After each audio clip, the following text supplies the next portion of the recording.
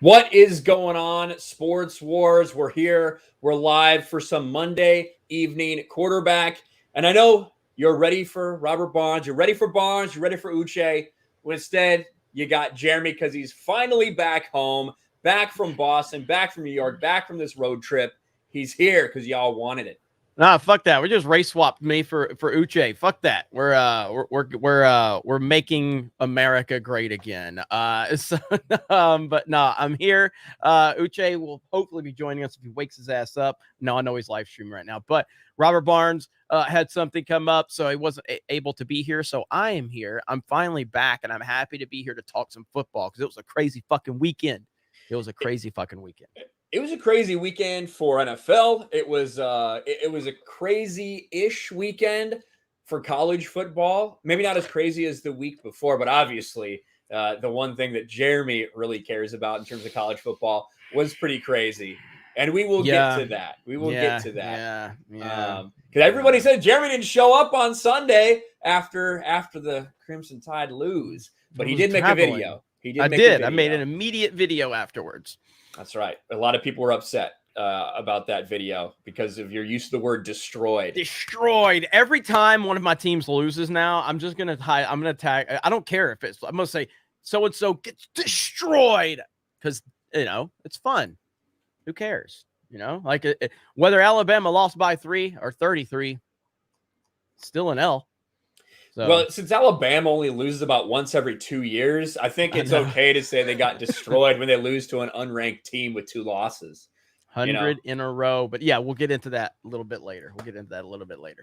That's right. So if you're new here, this is your first time tuning in, this is a pretty new segment for us, a pretty new stream that we're doing. The way we're tackling it, guys, is that we are talking NFL first. So we're going to talk all about our NFL topics, some of the big games that happen, a look forward to next week's big games and a couple discussion points. Then we're going to hit all the super chats that came in during that time frame. We'll take that little break to hit those super chats, answering your questions. Then we're going to move on to college football, do the exact same thing, talk about all our college football topics. Then we'll hit any super chats or questions that you guys did have during that segment. Before we get started, let's just hit this one real quick. Sir Ruin of House Roundhead for $5. I'm going to the Ravens-Colts game tonight. Go Ravens. Yes, Sir Ruin of House Roundhead. We know you're looking forward to that game. And invited me, and I could be there tonight, but I needed to get back home. I really do appreciate I really do appreciate the invite, but I had to get back home, get back on it. Yeah, and it was a long trip. And we both need to get back to work. But I know Jeremy was like itching to go to another game like that, man. Mm-hmm. So we do really appreciate that. Yep. But the big game that we had last night that did end up getting delayed by lightning, which we've seen a couple lightning delays already this year, was Bills versus Chiefs. This is one of the big games that we talked about the week before right here on this show with Robert and Uche. Because listen, I mean, that's a big matchup. That's a potential AFC championship preview. But the longer this season goes, the more vulnerable the Chiefs look. And like they might have a tough time getting back to that AFC title game. And Josh Allen took care of the business, and the Buffalo Bills kind of rolled over the Chiefs. You always are worried about the Chiefs making a big comeback. They've been down so many times and come back. We've kind of gotten used to it. But that was not the case this time. The Bills look very dominant, and the Chiefs look very vulnerable. I know you were on the road during this, but I know you're also watching while you were on the road, Jeremy. What was your takeaway from this game? Well, so I had some vested interest in this game because of fantasy football. And by the way, I am number 1 in the Sports Wars Fantasy Football League. Just want to point that out. Fuck you, Ryan. But, I picked up Dawson Knox probably an hour before kickoff. Not from the Sunday night game, but just for the Sunday games in general, because Gronkowski was my starting tight end. So he's injured. So watching that game, I was pretty interested in that game from a fantasy perspective, but also just I'm kind of moving into this whole like Mahomes is almost like Aaron Rodgers, where he's fantastic, he's talented, he's amazing, he does incredible things, but he's being overhyped by the media so much. I mean, look, he's a great quarterback and he can do amazing things, but he's also on a stacked team. And I never hear that about him. I never hear that Patrick Mahomes is on a stacked team. I hear that about Tom Brady, But I never hear that about Patrick Mahomes. Patrick Mahomes has been on a stacked team with a veteran coach who has been to Super Bowls and NFC championships over and over again, who's seen it all.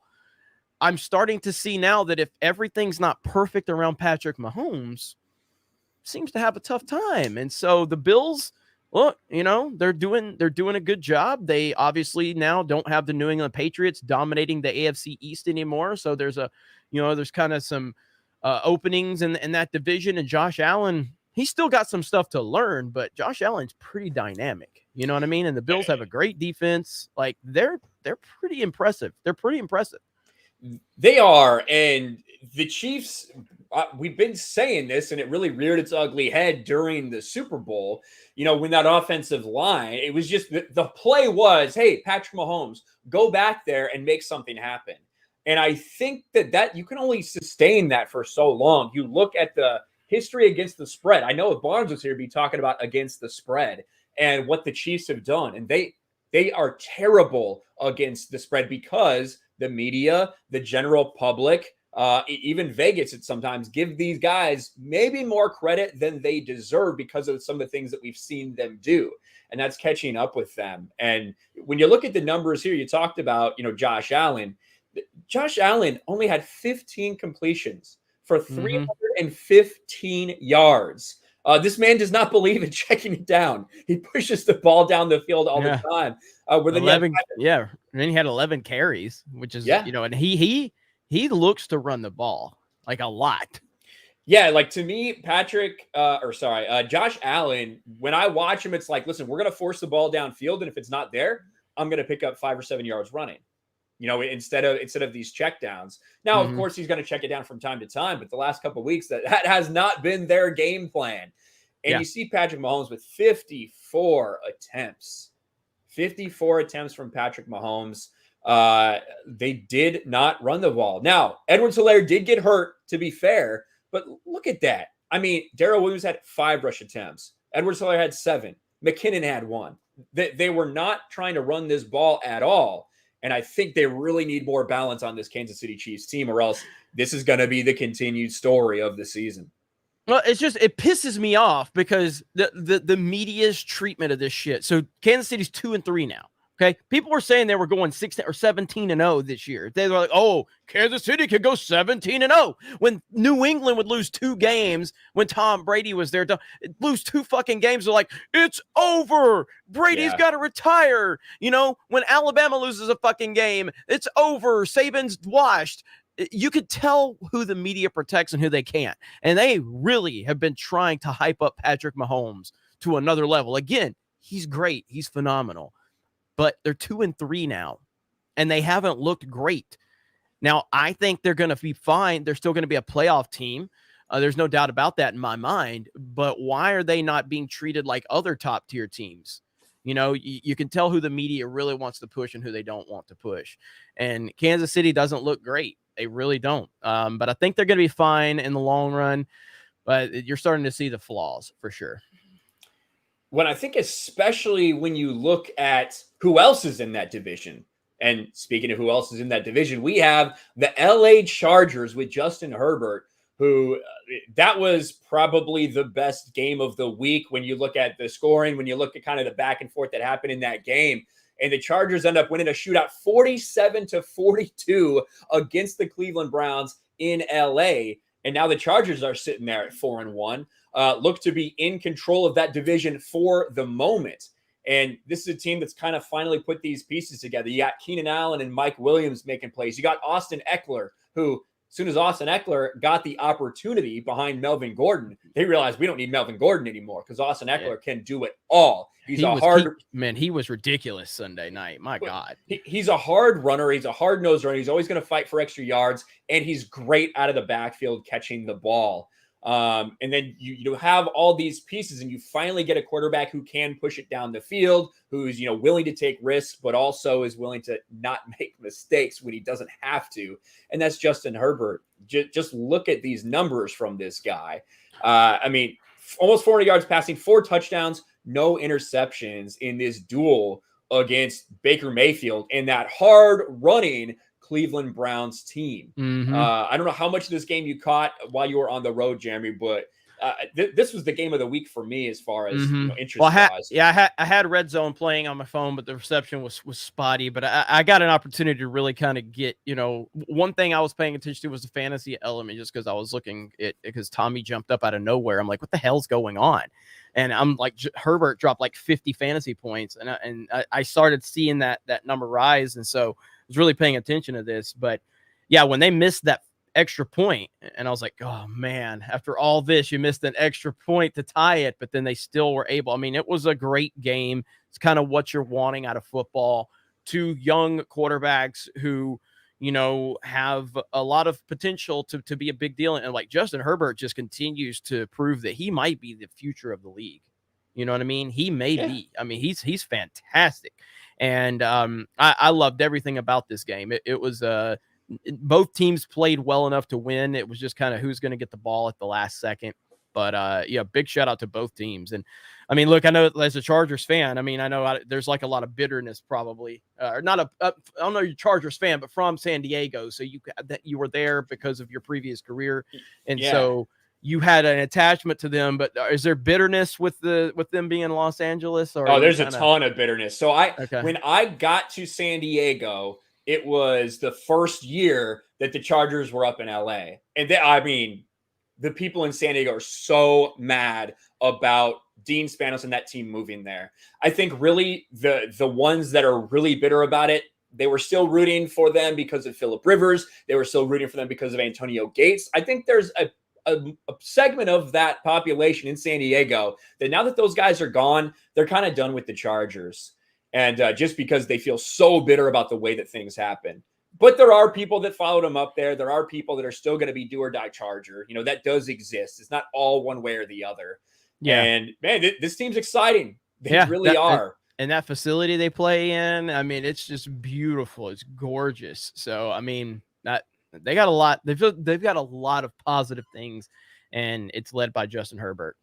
Yeah, and that defense, obviously, they gave up 42 points, whatever. But that defense has some big players. When you look at Bosa on that front line, when you look at Derwin James and what a hybrid he is and how athletic he is and the things he can do on the defensive end, they've got a future over the next couple of years. They've got a window here. And I don't think you can really overhype Justin Herbert. Well, I shouldn't say that. You can't overhype him enough, but I don't think the hype is there for him on the national level like it probably should be based on his rookie season when he came right up to that touchdown record for rookie quarterbacks, and now he's continuing it this year.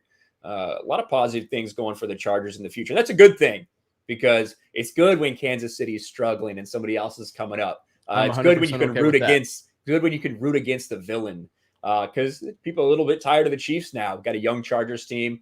People are going to root for them, and that's good. Yep, absolutely. Now, I saw a couple people in the chat when we talked about another game of the week potential. This game was interesting. It was exciting. It was thrilling, but kind of for all the wrong reasons, and that was Packers-Cincinnati. Wow.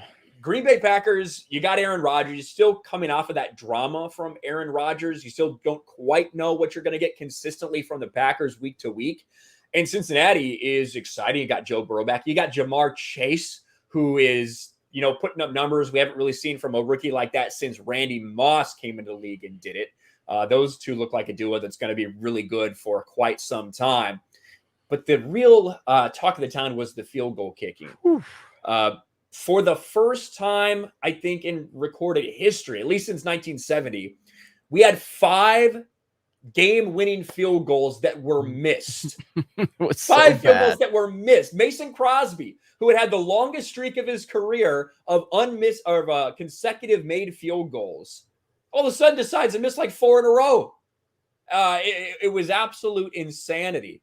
And I want to show you the breakdown of the final couple drives here. And I did I got to catch some of this obviously on Red Zone as well. But my reception was spotty. So at one point I didn't really get a lot of the overtime stuff. And then I kind of clipped back in and they were like, wait, this is absolutely unheard of. And I'm going to go, what happened? What happened? And then I find out like there's been that many missed field goals. And I was like, what the hell, man? was crazy. Exactly. And so when you go down and look here, you got end of quarter 2. Oh man, missed field goal. That was the first missed field goal by Mason Crosby right there. And then you had a missed field goal by the wait, what is this? That's the end of quarter 2. This is in the fourth quarter right here. I don't know what the fuck this shit's all about. So this right here was Mason Crosby had a chance to win the game. It's tied 22-22 after Cincinnati comes back and ties it up. Then the Bengals get an opportunity. They miss the field goal. Their kicker even celebrated. He celebrated because he thought it was good. Packers get another opportunity. Missed a field goal. Bengals get the ball in overtime. Immediate fucking interception on the first play. You think, all right, the Packers got it in the bag. Missed field goal. Cincinnati goes down the field in overtime, missed field goal. And finally, Mason Crosby, after 4 missed field goals on the day, fucking puts one through the uprights. What a crazy way to end this game. I thought it was going to be a tie. I was hoping and praying for a tie because ties are like the most embarrassing thing that can happen in football, in my opinion. But nuts. And overall, I think the Bengals put up a really good fight at home against the Packers, who do improve to 4-1. What do you see from the Bengals going forward this season, Jeremy? Well, I mean, Joe Burrow, it seems like the team really does love this guy. They love his confidence. They love his attitude. Obviously, he's, came out of college with a lot of hype. He suffered an injury last year, but the team seems like they are very much he seems like a legitimate leader, and the team really seems like they're going to rally around him. So I think Joe Burrow, has a ton of upside for down the road. And then obviously, like you said, with Jamar Chase, I mean, the dude's just ridiculous. You know what I mean? You've got a lot of talent. I think the Bengals are in really good position to have a bright future ahead of them over the next 5 to 10 years. I really do. Yeah, I do too. And, they got to make sure they keep Burrow healthy. He actually went to the hospital after this game with like a throat contusion. And he took a really big hit that I don't know if a lot of people thought he was going to walk up from that or get up from that, but he did. He got back on the field. But after that ACL tear, like, you got to protect this guy. You really do. Yeah, I mean, he's the franchise. So, but that game in particular, I think, like, I'm just more focused on Aaron Rodgers continuing to just be who he always has been, an arrogant non-leader. He's just not a good leader, and he's never about the team. He's always about himself, and that's starting to really affect this team this year. Yeah, and I love to see it because I'm tired of hearing about the Aaron Rodgers hype. I've heard about the Aaron Rodgers hype for the past 10 years. He's a great quarterback. He's never been the best quarterback. He's never been better than Brady. He's never been that dude. It's the same kind of situation with Patrick Mahomes. And so, being a great quarterback, being the best quarterback is about more than just how well you throw the ball and how well you run out of the pocket. It's about being a leader. It's about rallying your team. It's about keeping your head, on your shoulders and staying composed in the toughest moments, being the first guy to show up to the building and the last guy to leave. And Aaron Rodgers doesn't have a lot of those qualities. He never has. And that's why he's been phenomenally talented, but for some reason they could never get over the hump consistently. Yeah. And they are 4-1. So even though they haven't looked great, they are 4-1 to start off the season. We got a matchup next week. First Packers-Bears game of the year with Justin Fields coming off a win against the Vegas Raiders.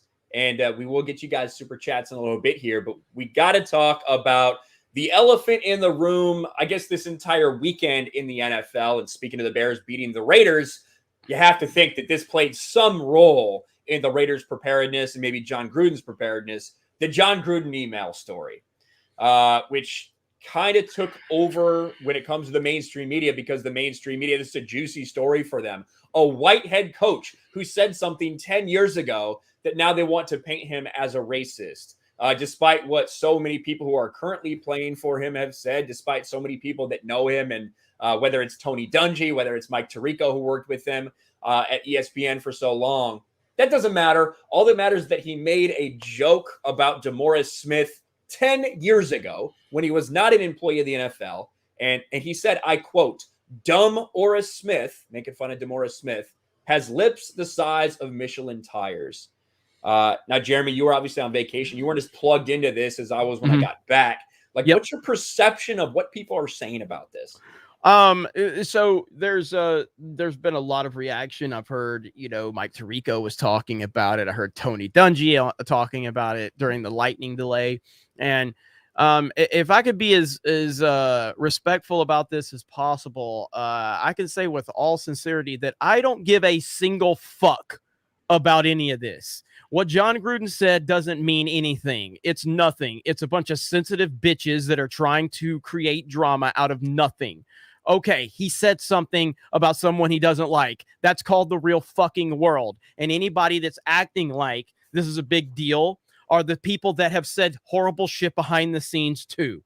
It's not a big deal. It's more identity politics bullshit. And I don't give a fuck about any of this. Fuck the people that are pretending to be offended over this. It's not a big deal at all. Yeah. That's my hard stance on it. Yeah, and the idea that the NFL is actually considering some sort of punishment at all in any way, shape, or form, whether that's a reprimand, whether that's a fine, whether that's a suspension, is ludicrous. John Gruden was not an NFL employee. He was not an NFL head coach. He was an employee of ESPN at the time. This is an email and a private conversation. It's not like the dude said the N-word or something, right? He's making fun of Demora Smith, who is a piece of shit. A lot of people hate Demora Smith. That's all it was. And the people like Stephen A. Smith, who, to be fair, although Stephen A. Smith bloviated about all this and said that it was racial in nature and racially motivated, he did say that he doesn't believe John Gruden is a racist. But you have people like Randy Moss. We reacted to it on the Sunday stream. Randy Moss was crying live on air, talking about how much this affected him. The fact that we have to deal with this in this day and age after all that we've suffered and fought for. Come the fuck on. I do not understand this nonsense when the 70% of the league is black. John Gruden puts people that he thinks are the best people to put in those positions to win the game. Same things with the owners, same things with the GMs. So the fact that this continues to be a talking point and that we're bringing up old shit is nonsensical. And I think it turns a lot of people off to more of the mainstream media's nonsense. Yeah, it is. I mean, again, it's there's no fair way that they cover this shit. And so really this is all about if this was a black person that said this about a white person, there would be no outrage from the media. So in fact, Antonio Brown, when he was with the Raiders, I think said that about the Raiders owner. He called him a cracker, right? Yeah. Antonio Brown did that for the same organization. Was there any punishment? Was there any suspension? Was there any fine? No, there wasn't. So you have the comparison right there, Jeremy, that nothing happened. Yeah, it's a non-story. It's irrelevant, and the media is full of shit. Fuck the mainstream media. I don't care about this story at all. So, and the reaction to it is just ridiculous. I would like to see this Randy Moss thing. Maybe we can get, I saw somebody say he pulled the Herb Street. Maybe we can get a mashup of him and Herb Street. I don't know how bad Randy Moss's is. Is it Herb Street level cringe? I can find it. Let me find it. Because if it's Herb Street level cringe, that would be great. We could do some kind of mashup or something like that. So I think I don't know if I can find it, how long it'll take me. Vamp a little bit because I know I got tagged in it. Yeah, so and I do like the comparison of that of the Herb Street thing, which I'll be honest, like I'll take responsibility. I'll take responsibility for the fact that we have not done enough to highlight that Herb Street stuff. And I think we need to have that downloaded to our Streamlab or StreamYards so we can play that every time someone said something that's problematic. We can just play, Herb Street. So I promise to be better when it comes to that. And I promise to let everyone know how difficult of a time it was for Kirk Herb Street. Yeah. So here we go. Randy Moss. A leader you respect. I'm curious from your perspective, Randy, if you were in that locker room today, would you be able to play for him? To speaking on Teddy's point, basically you hear is talk about we got work to do, we got a job to do, and that's to provide for our families. And Teddy hit it right on the head of just putting your head down and going playing football. I speak about the game of football. I fell in love with the game of football, Sam, at 6 years old, and I get emotional talking about it because of situations like this. My civil rights were taken, were kind of messed with in high school over the color of my skin. And now being able to play 14 years in the National Football League, to have something like this of a leader. We talk about leadership. We give guys these big contracts because they want to be able to lead 70 men, coaches, equipment staff, and managers to the number one goal, and that's to win the championship. And for us to be moving back and not forward in 21st century, like I said, man, National Football League, this hurts me. The clock is ticking, man. I'm sorry. No. I can play for you. The clock is ticking, man. This hurts me. Well, I mean, so if we're gonna pull up, let's see, if we're gonna pull up stories from decades ago, I guess we can just talk about this one, Randy Moss, since it's so important to talk about things like that. So hey, so does this hurt too, Randy? Since we're pulling up old stories, Minnesota Vikings wide receiver Randy Moss spent Tuesday night in jail and faces possible felony charges after an alleged altercation with a traffic control officer in Minneapolis. Moss faces second-degree assault charges after the Lexus. Wow, the Lexus, man, such a tough life you're living, Randy. He was driving, struck Amy Zaccardi, the 27-year-old officer. So you hit a female officer. So, I mean, again, if we're pulling up old stories that we just want to pretend to be offended over, Randy, I think we should pretend to be offended over this too. Why are you striking female officers? Do you hate women, Randy? Do you hate women? I can't believe in 2021 we have to deal with Randy Moss hitting a woman back in 2002. I can't believe it, Randy. Randy Moss, this hurts me. Yeah. So, I mean, like, if again, I guess I could kind of like not totally understand, where he's coming from if this had just happened. This happened 10 years ago. Shut the fuck up, Randy Moss. Shut the fuck up. Oh my God. Imagine Randy Moss actually being offended over this when he goes home. No, he doesn't give a fuck about this. He doesn't give a single fuck about this. Absolutely embarrassing. Yeah. Jeez. So for sure. It should be a it's not as bad story. It's not as bad as Herb Street. It wasn't as bad as Herb Street, but it was still bad. So. Nothing's as bad as Herb Street. No, at all. But one more thing I wanted to talk about before we get to the previews for next week was the injury bug, which, you start getting a couple weeks into the season like we are now 5 weeks in, and injuries do start to play a factor. How you deal with an injury could definitely determine the outcome of the season. And I wanted to talk about, like, from you, have you seen any teams that you think have been like super affected by the injury bug? And I'll start to talk about what we saw against the Dallas Cowboys with the Giants yesterday. Now, I don't think that any of these are going to be like season enders or anything like that. But when you look at Daniel Jones going down with a concussion, getting carted off the field, Saquon Barkley with that ankle, which he's probably at least going to miss a week or two from that. They say it's a low ankle, not a high ankle, but he's already been dealing with the knee and coming back from that and everything. And then, of course, Kenny Galladay as well. So you have your quarterback, your running back, and probably your best wide receiver for the Giants all go down in the same game, and kind of how you move forward and deal with that. It's not like they're going to really do anything this year anyway, but it's always tough. Yeah, and fuck the Giants for trying to pass the ball late in that game and fuck up my fantasy shit, dumbass fucks. But I mean, like, Saquon Barkley's been like questioned. He's had issues all year long. You know what I mean? Like, he's been questionable all year long so far. And I mean, I remember, man, they were hyping Saquon to be like the next fucking Barry Sanders a few years ago, which he is. He's got a ton of talent and everything. But yeah, I mean, the Giants aren't really going to do anything this year at all. But they seem to, like, it's talk about adding insult to injury. Literally, my God, man, like, there's just, it's pathetic how bad they've gotten. I don't know if there's any other teams, if I'm just missing, that have been affected by injuries though. Is there any other team, like top tier teams? I mean, so, I think when you look at the biggest injury impact, it's going to be quarterback. That's always what it's going to be. And, you can look at, obviously Tua went down really early. And Jacoby Brissett came in, and I That's don't know how literally much expected. That's expected. I don't know how much different it's really been. But Russell Wilson has to be the big one that went down this week. This week, yes. And that's an injury that requires surgery. I don't know if he's got the surgery yet or if it's just scheduled, but he's going to miss at least 4 weeks. And honestly, if he gets back after 4 weeks from that injury, that's pretty impressive. Based on the healing and the stitches and all of that stuff. But that's going to be a big one for them. Tua's never going to be the guy, though. He doesn't have it. He's not durable enough, so it doesn't matter if he comes back. He's going to go back. He'll go down again. You have to hold your breath every time someone literally just is in his vicinity. I know this. And I was talking to Tommy about this.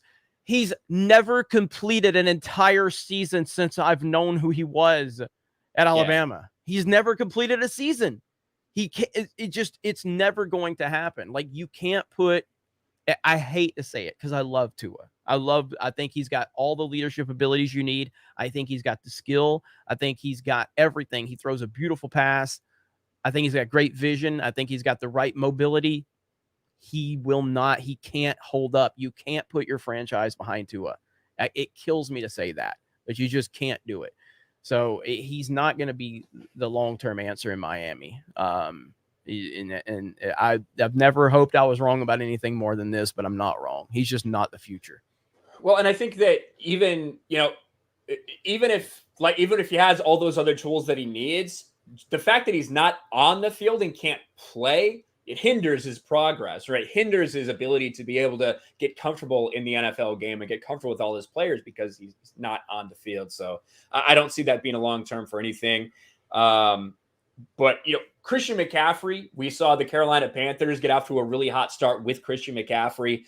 He goes down and you bring in Chuba Hubbard. You try to make that up, with the DJ Moore and things like that. But it's just not quite the same. Christian McCaffrey is such a dominant player, and they can't really replicate that with anybody else back there. You've seen Carolina now struggle these past couple of weeks without Christian McCaffrey. Yeah, Sam Darnold went from looking like top tier to he can't, so that's a huge piece to the puzzle right there. So overall, like I said, I don't know if there's any, I think Big Ben just at his age, like you have to wheel him out there in a wheelchair every week. So I don't think Big could last this entire year. I really don't. I just can't see it happening. But Russell Wilson, how long have we heard how long he's out? About at least 4 weeks. That's going to be the minimum is 4 weeks for him. Okay. And I still haven't heard if they're going to I think they probably, are they going to stick with Geno Smith? If it's 4 weeks, I guess maybe they try to ride it out with Geno Smith, but you look at that division, where you're sitting there with Arizona, who's still undefeated, the Rams, who just beat the Seahawks and do look very good. And you still have the 49ers, who they have an injury problem as well. Jimmy Garoppolo is out for a couple weeks, probably. Trey Lance didn't look impressive, although, they kept that game relatively close with the Cardinals. Yeah, but and obviously I have to bring up Gronk's injury, which I don't. That's not going to have a huge impact on New England, Tampa Bay. But I think there was some issues against New England when Tampa Bay played them, just simply because of the weather. Because obviously Tom Brady can play in that type of weather, but I don't think the Tampa Bay Buccaneers team is prepared for that. So Gronk not being in that New England game really slowed down the offense. But obviously you saw what Tom Brady did, Sunday, 5 touchdown passes, 400 something yards. They'll be fine. I think the Gronk injury, I hope as a fan of Brady and the Bucks, obviously I'm hoping Gronk just takes it easy for several games and just comes back later in the year. Because he's only needed to be there. He needs to be there for the late playoff push and into the postseason, not the regular season. Yeah, I agree, and that's kind of in Gronk's MO sometimes. If he's injured, just kind of let him be, and he'll be ready for the postseason. He'll be ready for the postseason. Yep. Now we do have a couple big games coming up next week. We obviously have the game tonight. We could talk about that really quick, but I don't think there's too much to talk about. Colts against the Ravens. It is in Baltimore. The Ravens have looked a little hit or miss. They've had some very close games, looked vulnerable for sure, but the Colts with Carson Wentz they just don't have the weapons, it seems. They got 2 running backs who they're splitting time with between Jonathan Taylor and Hines. And Carson Wentz has constantly got a little bit of something wrong with him as well. Do you see any real surprises in this game, or do you think Baltimore takes care of business? I think Baltimore takes care of things. I think Lamar Jackson's going to have a decent game, and kind of get that pointed back in the right direction. I don't see the Colts giving them much competition tonight. But I mean, Lamar Jackson's he's not a consistent quarterback, so he has his ups and downs. But I think this is the type of game that he should fall right back in, to his regular rhythm of putting up, decent numbers and keeping that offense moving forward. So I expect the Ravens to win tonight pretty easily. That's right. Yeah, I think so as well. And then looking forward to the games during the week. On Sunday, you have what I think is the biggest matchup of the week, and that's the undefeated Arizona Cardinals traveling to Cleveland to play a Cleveland team that just lost in that close game against the Chargers, that 47-42 game. I like Arizona. They got a little stalled out last week. Kyler Murray made some mistakes, didn't look as crisp as we've seen them look over the first couple games of this season. What are your predictions for Arizona at Cleveland? I personally I kind of look at like Kyler Murray in a lot of ways of like Lamar Jackson, where it's just inconsistency sometimes, you know what I mean? And so, but I mean, Arizona's they're the only undefeated team left, right? So, yep. I mean, they've clearly got a good coaching staff. They've got a good thing going. My gut feeling is that Cleveland comes back. I think that's a good loss for Cleveland. You know what I mean? I think that's a morale booster for Cleveland. I don't think you walk away from that heartbroken. I think you walk away from that motivated. So I think they carry momentum into this game. You know what I mean? Mm-hmm. Like you're talking about a good football team that they lost to in a shootout. And you're bringing that. I think they bring momentum into this, knowing that, again, it's like anything else. And I'll bring up this point later when we talk about Alabama, but it's almost what Kansas City's dealing with. Whenever you're on the top, people are going to bring their best game. They just are every time. And Kansas City's dealing with people now. When Kansas City rolls into town, it's like, they're bringing their best game because they want to beat Kansas City because Kansas City's Kansas City.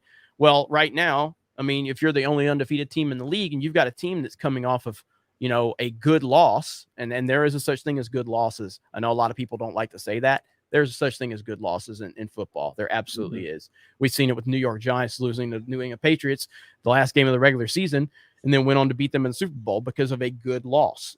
So I think the Browns come into this game with a legitimate chance to take down the Arizona Cardinals. Well, I think they have a chance since they're at home. I'll take the other side. I think that Arizona does win this game. I think that you made a comparison between, Kyler Murray and Lamar. I don't really see that. I think that already Kyler Murray is shown to be like so much more polished of a passer than Lamar Jackson. I agree with that. I definitely agree with that. And he's also he is a wizard back there. Now, no one's going to say Lamar can't run. Lamar is probably on pace to have more 100-yard rushing games from a quarterback than anybody in history when it's all said and done. That's likely going to happen if he continues at this pace. But what Kyler Murray is able to do is very unique, especially while staying in the pocket and creating time for those playmakers downfield. That's how they're getting these big chunk plays. And, with the offense they're running, they're going to what is his advantages and his strengths. And, we'll see what happens. That Arizona defense has looked dominant at times. We'll see if they can continue it against the best rushing attack in football, which is the 1-2 combination of Nick Chubb and Kareem Hunt. Those guys are monsters, and you're dumb if you don't feed them the ball. Then you have Baker, Baker kind of picking and choosing his spots with the primary focus being the run game. And I think that is the best way for the Browns going forward. Either way, I think it's going to be a really good game. I didn't get a chance to see the Cardinals game Sunday, but I know that they struggled for most of that game. What was the issue with that, with the struggles from them? To me, it looked like they got away from running the ball a little bit. They got it right down. They got down to like the 3-yard line and, just couldn't punch it in at one point, had to settle for a field goal. Kyler Murray just didn't have a really explosive game. He played a consistent game, didn't really make mistakes or anything like that. They ended up winning 17-10.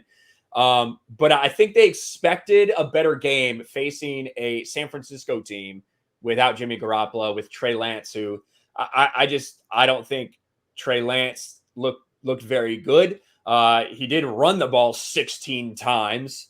So they had a different offensive game plan. They kind of had a power run game with Trey Lance. But that's kind of what you got to do. He's going to throw for 50%. So you got to run the ball with him a little more. Yep. He's just not ready. Trey Lance is not ready. And I think they're going to come to regret that third overall pick they used on him. I think they're probably going to come to regret that in time. But we shall see. Another one that is interesting is that Monday night game, Buffalo at Tennessee.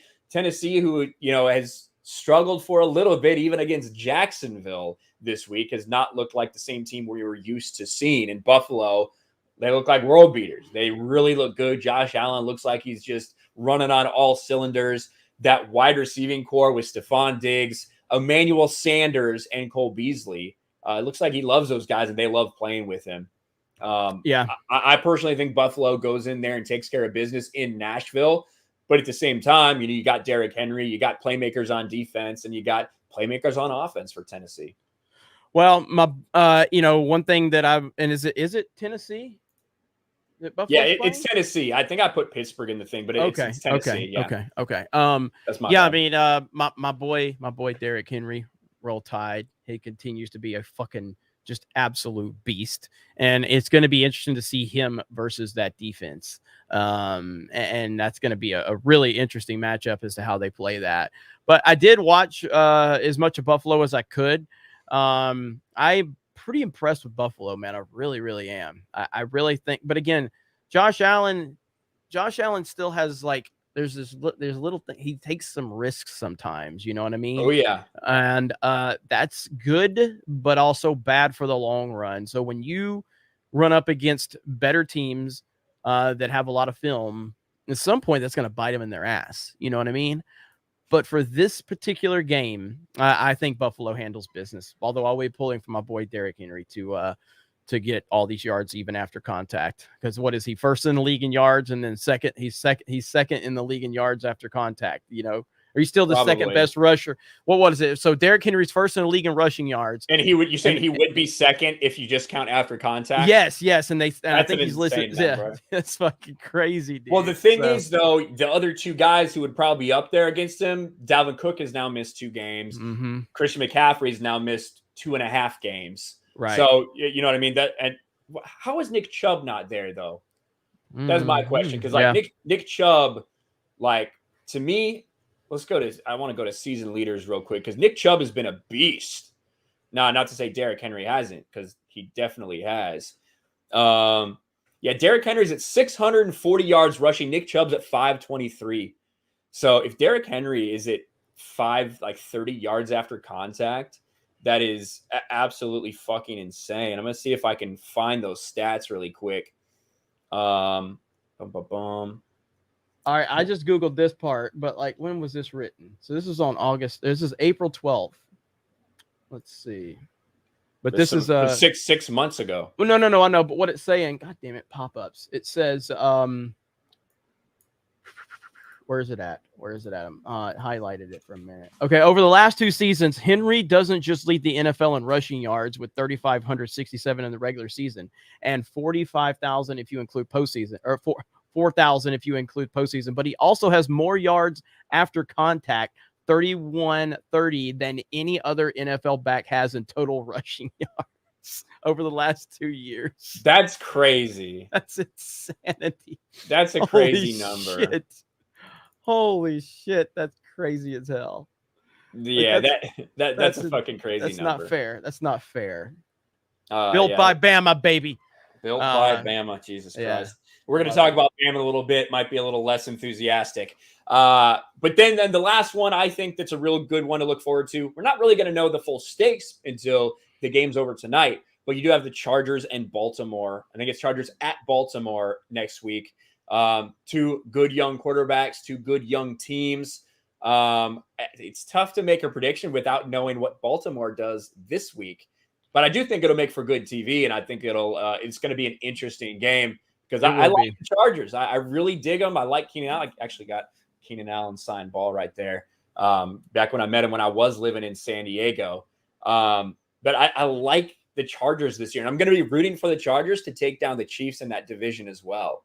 So it's a good AFC, could be an AFC championship matchup. You never know. My early pick is the Chargers win that game, but I think it'll be a really entertaining game. Yeah, absolutely. For sure. All right, guys. Now that does it with the NFL segment. We're going to read all the super chats. You guys have been fucking awesome today. We got like 300 people watching, which is massive. That is huge. So we're going to take care of all these super chats. Every single Monday we do this. And normally it's Robert Barnes, Ryan, and Uche. So we will be back to that regular panel. But thank you guys so much for being here. And thank you for supporting Sports Wars. We really do appreciate it. Absolutely. And we are going to, so we'll go all these super chats, then we'll move into the college section of the program. Eric K for $5. Mahomes, $45 million a year contract will catch up to the team eventually. 100%. I agree, 100%. Eric. We said it when it happened. It's like, yeah, you know what? Patrick Mahomes has done a lot in his time in the league, but you gotta, like, if you just pay Mahomes, Kelsey, and Tyreek Hill, that's not sustainable. It's just not sustainable in this league to do something like that without paying offensive linemen, without paying defensive linemen. And I think you're seeing a lot of these cracks show up in the Chiefs. Yep. Mr. Bubba Matt for $2. What's up, Mr. Bubba Matt? Says, go Bills. Oh, there you go. Mr. Bubba Matt loves it. Oh, he's part of the Bills Mafia. So. He's part of the Bills Mafia, and he's a Georgia fan, I noticed, based on his posts. So, hell yeah, go Bills. I like Mr. Bubba Matt. He's a cool cat. He's cool. He's a cool cat. He's a cool cat.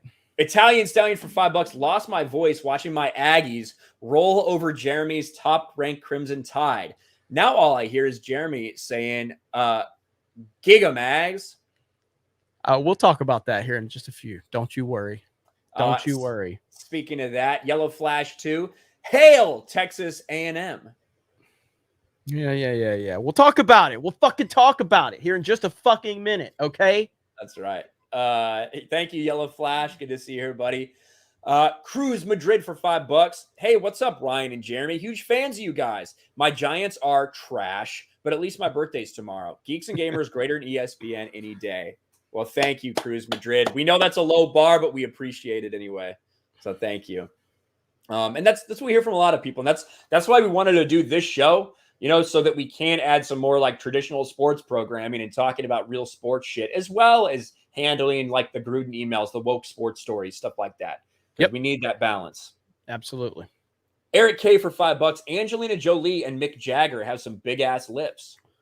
Well, that's racist according to Shannon Sharp and Skip Bayless and Keyshawn Johnson, and Randy. That's racist, apparently. You can't point that out.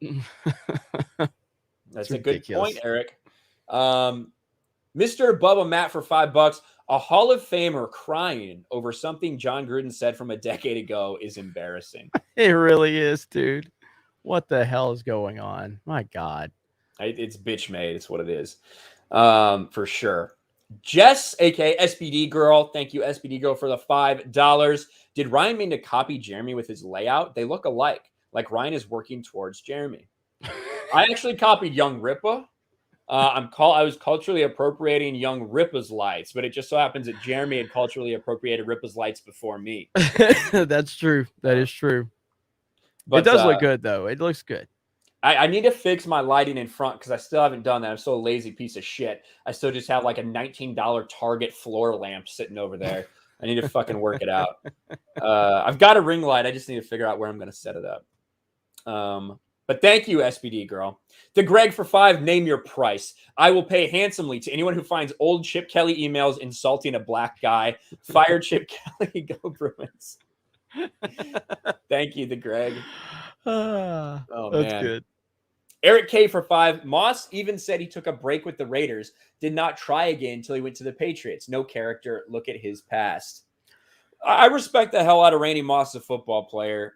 He's a weird fucking cat when it comes to his on the field shit. I don't like it when players take plays off, but sometimes when you deal with a talent like that, you got to deal with all the outside shit.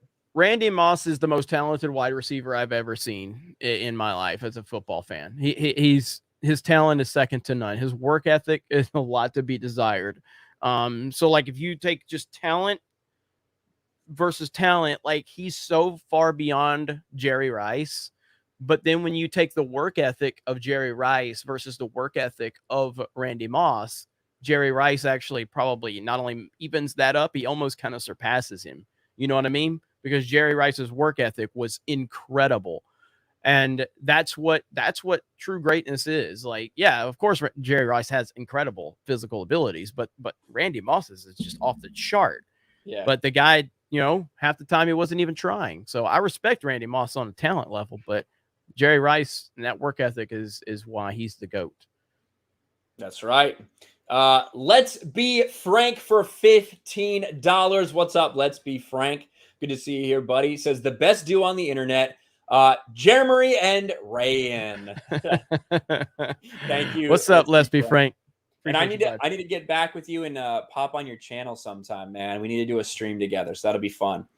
And thanks for hanging out. Thanks for the super chat. Mike Hill for $5. Nobody wants to see Miami and Jacksonville here in the U.S., so they shipped it off to London. Yeah, that is the London game. I think if it's next week or the week after next, but that's the next London game. Miami and Jacksonville.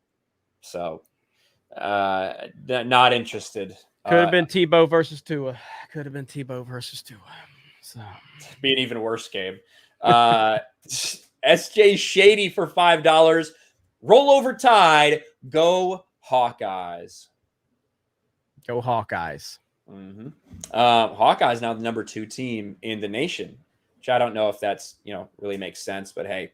Mr. Grant Gregory for Aussie $5. Hail to you two. What's up, Mr. Grant Gregory? Go sports ball. Keep up the grifting. Screw the haters and let's go, Brandon. What did you all think of the Fury versus Wilder fight on the weekend? I don't know if you got to see any of that. I didn't see. I mean, I saw like highlights of it, but not the actual fight itself because I was too busy watching Bama A&M. Yeah, there you go. I didn't watch it live. I saw a lot of the highlights. It was a fucking classic. With Tyson Fury got knocked down, I think 2 times in the 4th round, and ended up knocking out Deontay Wilder in the 11th. And he looked like he could have gone 20 rounds, honestly, which is crazy for a man of his size and stature. But yeah, instant classic from basically everything I heard from everyone who watched, and it sounds like I missed a good one. But Jeremy, the super chats have been asking for it. The fans want it. They may have watched your video and your reaction to it, but the biggest story in college football and like 5 of the top 8 headlines on ESPN college football segment are about Alabama losing to Texas A&M at Texas A&M, which is an important part of this. Yes. What do you think about it for people that didn't watch your reaction video? So yeah, so I did an immediate reaction. It would have been uploaded a lot sooner if the fucking hotel Wi-Fi wasn't such trash. It literally took like an hour to upload that video from the hotel I was in. But as I said in the video, Texas A&M deserved to win the game. Alabama had their opportunities and they didn't maximize their opportunities. Now, if you look at how that game played out from the moment, and in my opinion, College Station, Kyle Field, like that's the hardest place to play in college football. It used to be Death Valley, but LSU kind of sucks now. But College Station, it's always been crazy there, and I love it. I love the atmosphere of College Station. So I knew that, Jimbo Fisher is a good coach. I don't like Jimbo Fisher. I've never liked Jimbo Fisher. But he's a damn good coach. He brings a lot of talent to the team. They've obviously had some injuries this year at Texas A&M that's kind of affected their season. They started out the preseason ranked very high. But you watch from the moment Alabama, the moment that game starts, Alabama's on the field, everybody is bringing their fucking A+ game on Texas A&M. The energy was insane. The crowd was insane. And I love that. I love seeing that. And Alabama took a lot of punches from Texas A&M, a lot. And then they blocked the punt. But then Texas A&M, at the time, that returned kickoff for the touchdown looked like a great response for them. But in reality, that was actually the worst thing that could have happened. because Alabama's defense was getting so much rest at this point. And Alabama's offense was being really kind of strategic. They were running the ball and throwing short passes, wearing down that Texas A&M defense. So by the time we get to the fourth quarter, Texas A&M defense is exhausted. Alabama's defense is rested. Alabama should have won this game based on that alone, but they didn't do what they needed to do. Texas A&M did what they needed to do, and they won, and I'm 100% okay with it. Now, the thing that I think is funny about this is the reaction. We always see this, and that's why I have this pulled up. This is from years ago. This is what we're seeing right now.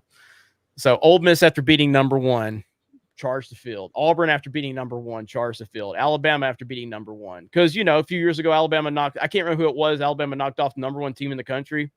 Everybody's like, hell yeah, roll tide. Let's go into the next game. Yeah. So, congrats. You fucking stormed the field. You're an unranked team. You stormed the field. It's the greatest day of your lives. And it's something you're going to continue to talk about for the rest of your life. Alabama's, guess what? Going to be in the fucking championship. They're probably going to win the national championship. That's what's going to happen. So enjoy it while you can. But Alabama's still going to be right there in the thick of things. And the one thing I've been worried about this year was Bryce Young. Bryce Young actually showed me a lot this game. There's not a tougher environment in college football than that situation right there. And I thought he played pretty well. And obviously, there's a couple of a couple of passes he missed, but overall, I didn't think the moment was ever too big for him. So I was pretty impressed with Bryce Young. So congrats to Texas A&M, but Alabama's still going to be right there at the end of the season holding the trophy. So I'm okay with it. There you go. That comparison reminded me a little bit of, when LeBron lost, and he's like, you know what? You're just going to go back to your shitty life. I'm still LeBron James when I wake up next morning. That's what that reminded me of. Well, again, Texas A&M is a legitimate, they've had some injuries that have really affected them. Okay. But you do have a top tier coach. You have a top tier facility. You have a top tier fan base. You have top tier talent. You shouldn't be celebrating a regular season victory when you're unranked. This should have been a win, a very good win, but an opportunity to say, okay, now we're ready to show who the fuck we are, because it's a long season. So celebrating these victories over Alabama, it just shows why Alabama's Alabama. It's just like when New England used to lose, the whole fucking world would melt down. But it's like, guess who's still going to be there at the end of the year? Because you're celebrating preseason or fucking regular season victories like you just won the championship. You know what I mean?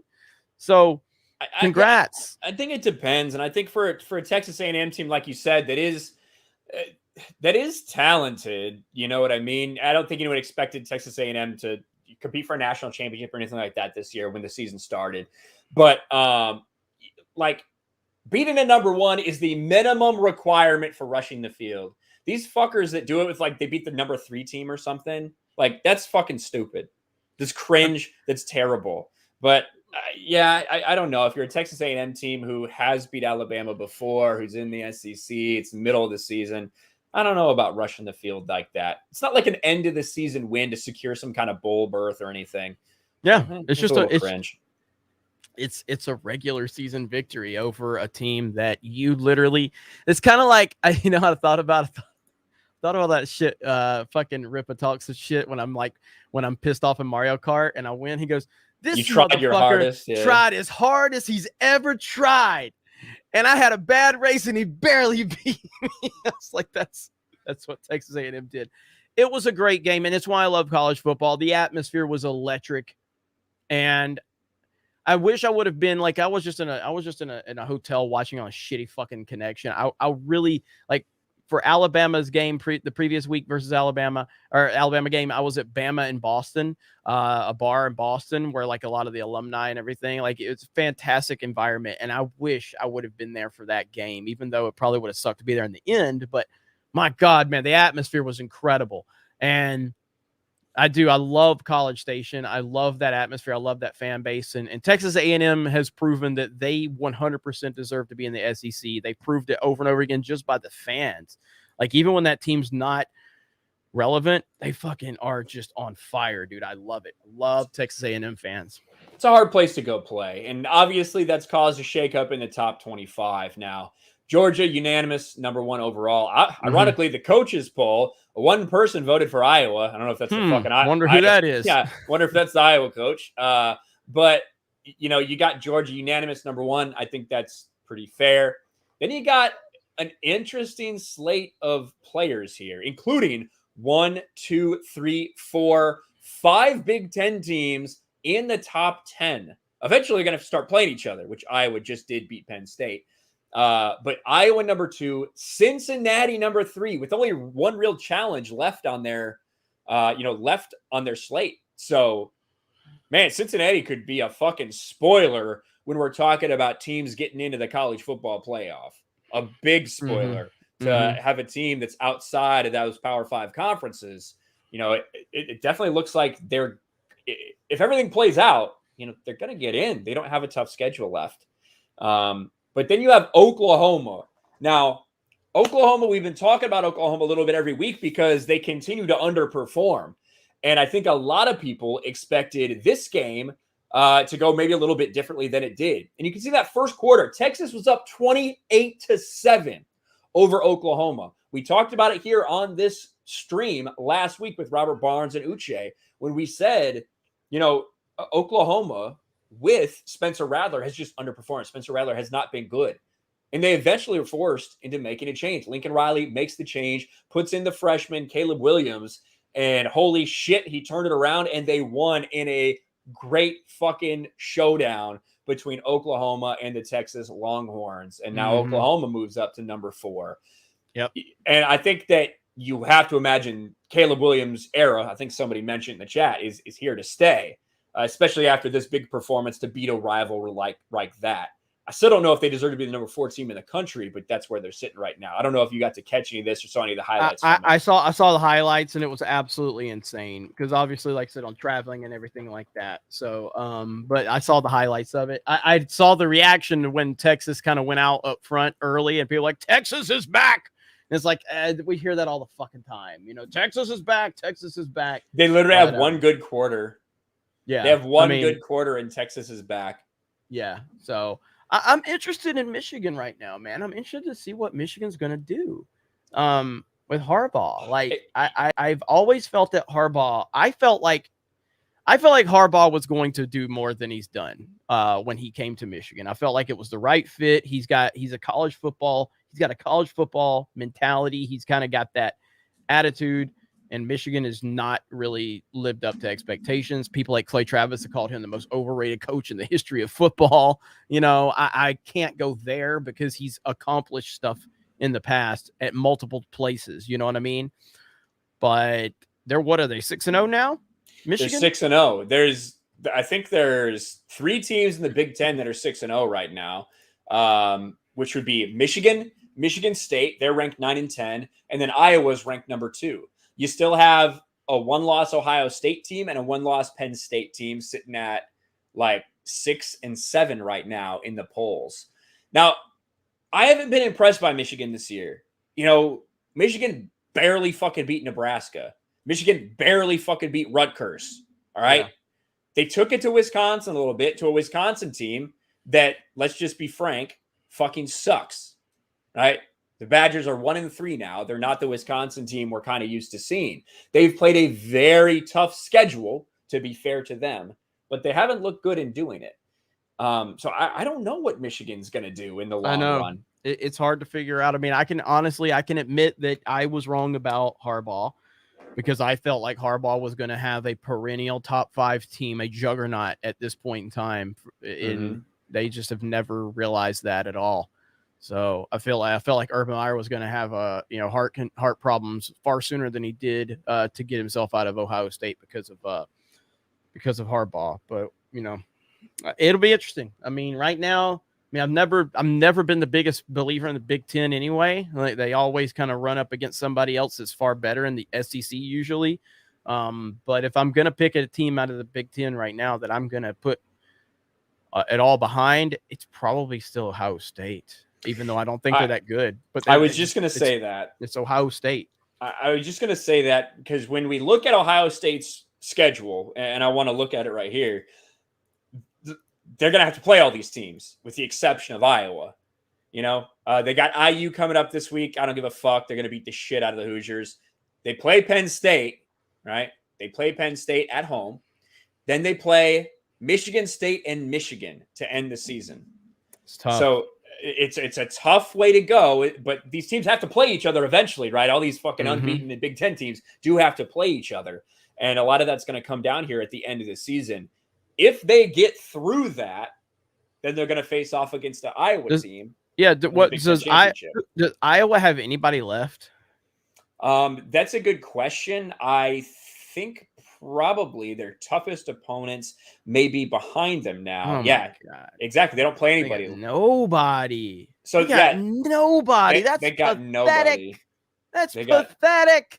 They got nobody coming up. Now, Wisconsin would normally be a good matchup, right? Like that would normally be a really good matchup for them. But Wisconsin's really struggled out of the gate. So you play a ranked IU team, which was way overrated to start the season, an Iowa State team that was ranked, and a big matchup against Penn State, which they won. They didn't look great doing it. I think Penn State may have given the game away a little bit, but they did win.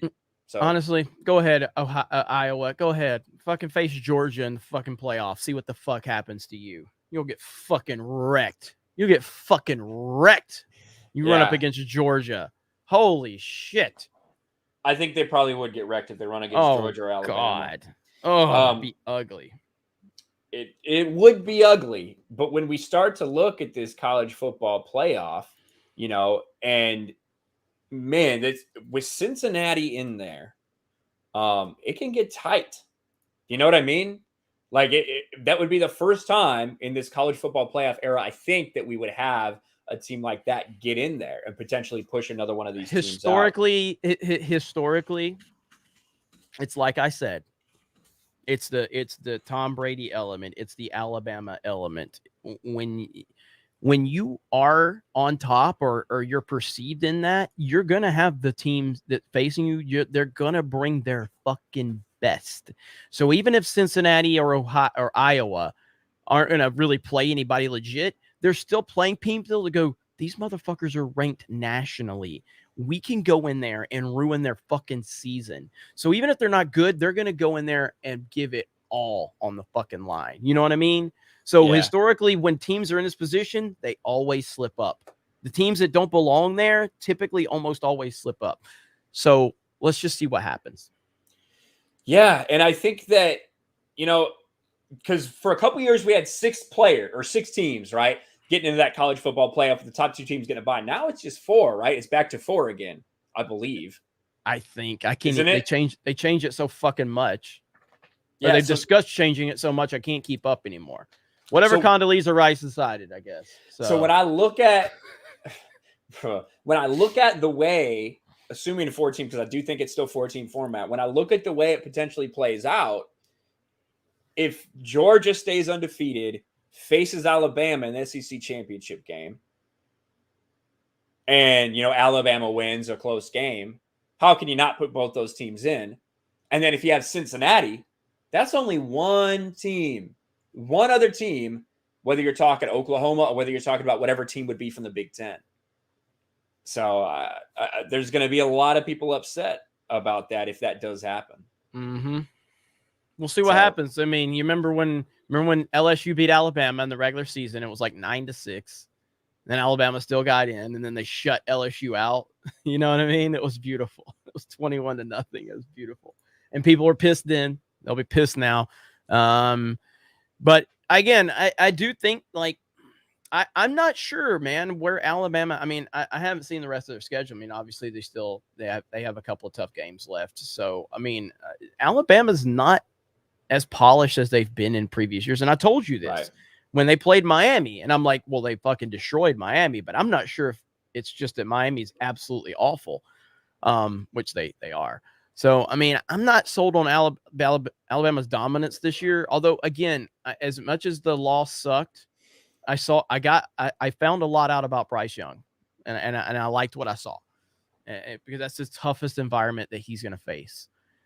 So we'll see. We'll see how Alabama does. But Georgia seems to be setting sail for at least the SEC championship for sure. I don't think anybody's going to take them down.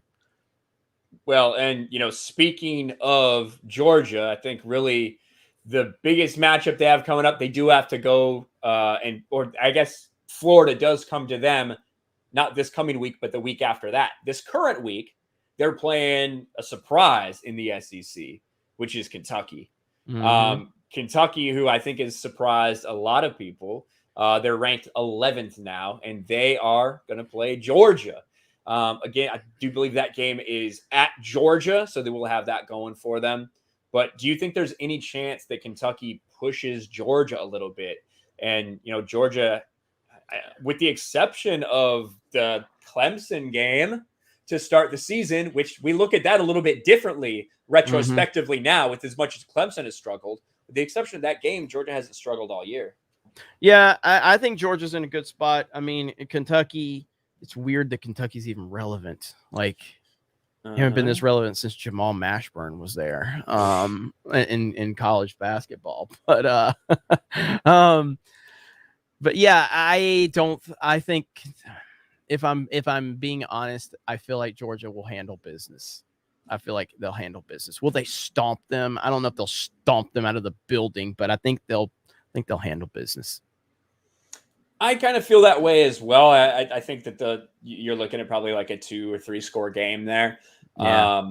Because I just don't know if Kentucky's real. They beat who did Kentucky beat last week? Did they beat LSU? Because everybody beats fucking LSU. Yeah, they beat LSU 42-21. How long until Coach O's got to go? Yeah, that's what I was going to say. Like, how long until they're looking for a new coach? Coach O I love Coach O he's just a funny guy. He's got a great personality. He should have never been the head coach at LSU. Should have never been there. He's not that guy. Like, he just isn't.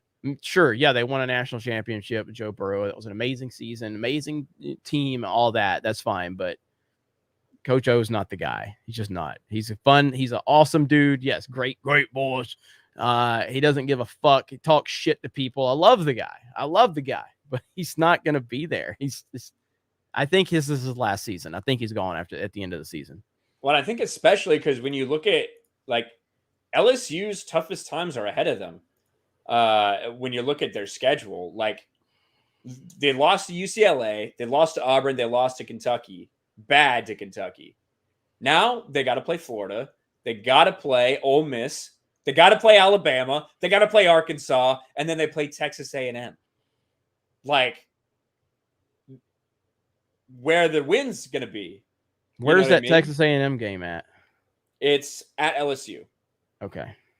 Well, I don't see any ats on there at all. So that's because, well, it's right there. It's kind of small. Oh, there it is. Okay, my bad. I was missing it. So I kept looking. I'm like, where's the ad? Okay, so at Alabama. Okay. Yeah. So yeah, I think this is gonna be a bad season. I think Coach O's gone at the end of the year.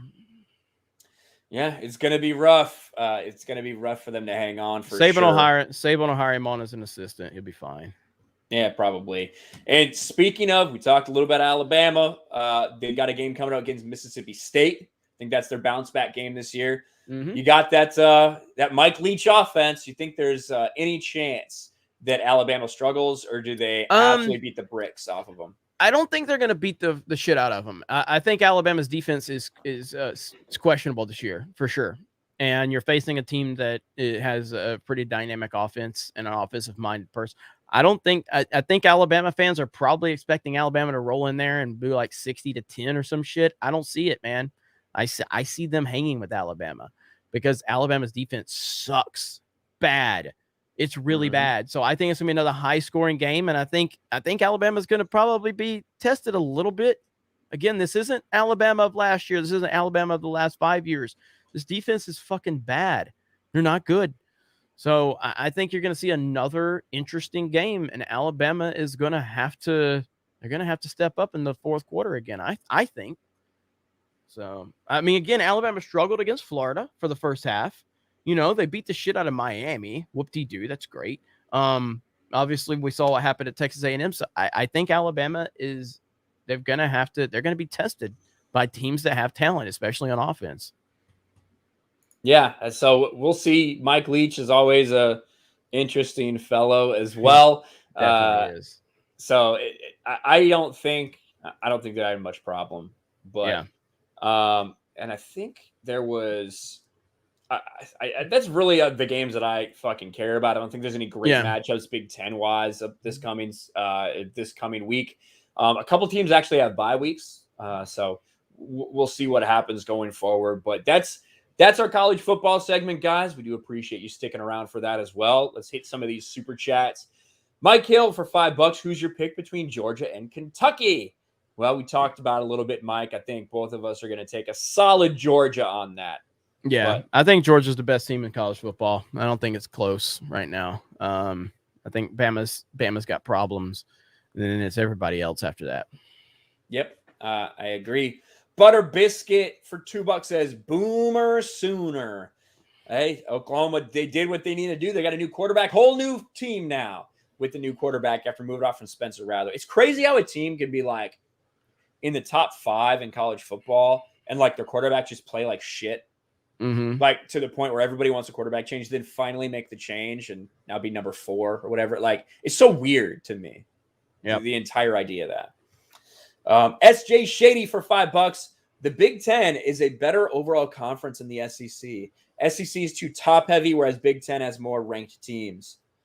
I mean, Texas A&M's an unranked team and just took down Alabama for the first time in 2 years. So, it's always tough to make the arguments, especially in the middle of the season when a lot of the teams haven't played each other yet. You already do see a lot of big matchups. I mean, like Ole Miss and Arkansas, for instance, beat the shit out of each other this week. Again, so bottom tier SEC teams end up getting beaten by the top tier SEC teams. So, I mean, if you take bottom tier SEC teams and put them in the Big Ten, they're going to look a lot better. And that's just how it is. I think to me, I always reserve it until we see the bowl games. I think the bowl games, it's not the best way of bearing it out, but it's the only way we have of bearing it out.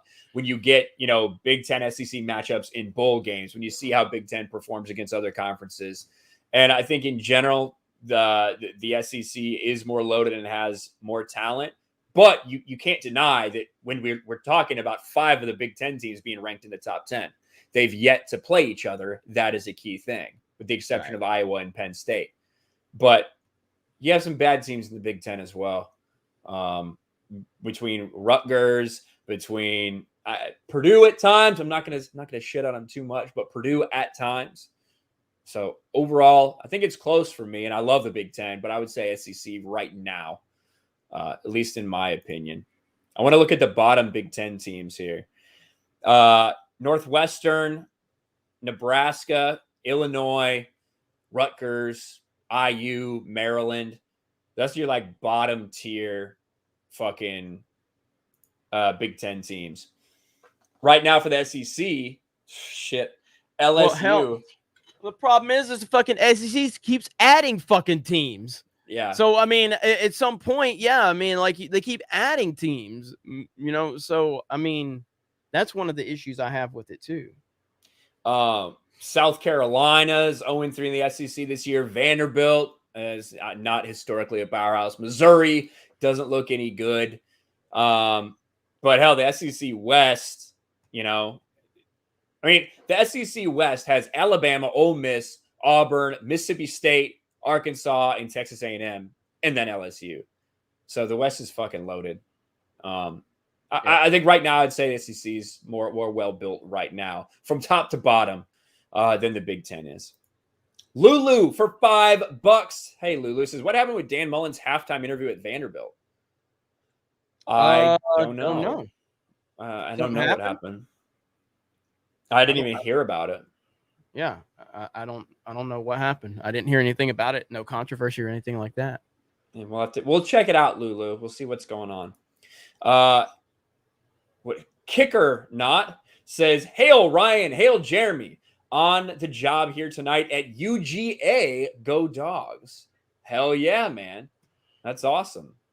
That is awesome. So sorry, so real quick before we go anywhere, fuck you, Yellow Flash. We will be live tonight for geeksandgamers.com premium. That's happening in about an hour and 40 minutes back from Boston. So we'll give all of you it'll be just a Mario Kart stream, but we'll give you guys some, details as to what happened with Boston. I'll be there. Chris will be there. Ryan might even show up for just a little while to just, spread some of that happiness and positivity that Ryan brings to every situation he's involved in. He's just an enthusiastic guy, and he's just happy. But I'm going to post a link here out on Twitter for premium members on the website, so you'll be able to access the link. The link has been emailed out, so I hope to see all of you there in about an hour and a half. So it's going to be fun. Hell yeah, that'll be awesome. We do thank you guys for hanging out here. That Baltimore indie game's probably right about underway at this point because it's on right now. There you go. So they just started. If you guys want something to watch, you can go check that out. See which Lamar Jackson shows up today. But we do thank you. Next week we should be back with the normal lineup here. But whoever's here, whether it's Jeremy, whether it's Robert Barnes, whether it's Uche, we'll be doing Monday Evening Quarterback. I like the show. I like the amount of people that showed up today. You guys are a big support in this stream, and that is fucking awesome. We appreciate the hell out of you. And we'll be right back here next week. We will talk to you later. Bye, everyone. Roll Tide, motherfuckers.